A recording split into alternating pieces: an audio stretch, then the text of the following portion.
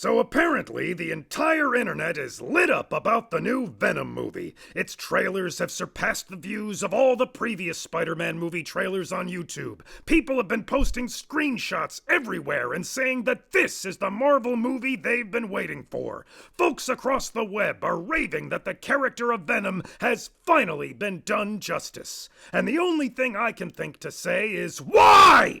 First of all, saying the character of Venom is being far too kind. His whole thing is his look, and even then, what have you got? A sentient Hot Topic t-shirt that got into CrossFit who someone decided to put word balloons around? Oh, but his motivation is so compelling. Oh, you mean killing Spider-Man? The guy they had to write out of the movie? Here's some math for you. What do you get when you subtract the one note from a one-note character? Find out October 6th at a theater near you! When it comes down to it, Venom was to the 90s what Ghost Rider was to the 70s. A cool look that'll sell tattoos like nobody's business, but trying to hang a plot around them makes about as much sense as building a plot around an actual tattoo instead of the person who has the tattoo. Because both characters are only as interesting as their nemesis. Ghost Rider never had a compelling enough one to make him more than a Night Gallery episode, and Venom's obsession with Spider-Man practically defines who he is, which means the thing people like most about Venom isn't even Venom!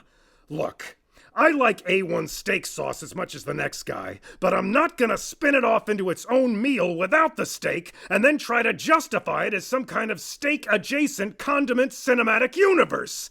The only one you might trust to try anything close to that would be a master chef, but the chef is stuck in a contract with the local Burger King for some reason, and in order to keep the rights to their steaks, they've got to let BK market the new double sauce saucer with sauce. And in a way, you can't blame them for trying to use what they've got, but without the culinary background, they've still only got sauce.